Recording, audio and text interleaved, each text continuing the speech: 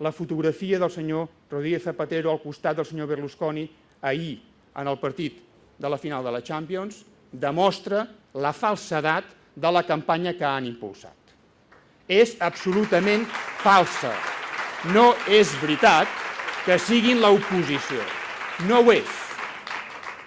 És ben cert que hi falta gent en aquesta foto, però també és ben cert que aquesta foto no diu tota la veritat. No hem de confiar en absolut en què quan toqui decidir plantar cara, quan toqui plantar-se clarament davant de determinades propostes, ho facin. Perquè no ho faran, no ho han fet fins ara i seguiran sense fer-ho. O us hem de recordar, per exemple, la directiva del retorn. Que cal que entenguem que el dia 7 de juny ens espera la millor manifestació possible que puguem fer.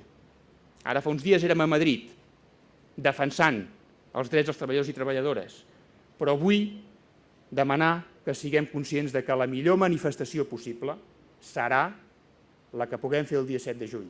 La millor rebel·lió que podem demostrar a aquest sistema que no ens agrada és votar massivament el dia 7 de juny, votar massivament per la coalició Iniciativa per Catalunya Verds Esquerra Unida. Moltes gràcies. Perquè no només no hi ha contradicció entre l'ocupació i el respecte al medi ambient, sinó que no es pot sortir de la crisi econòmica sense una sortida ecològica.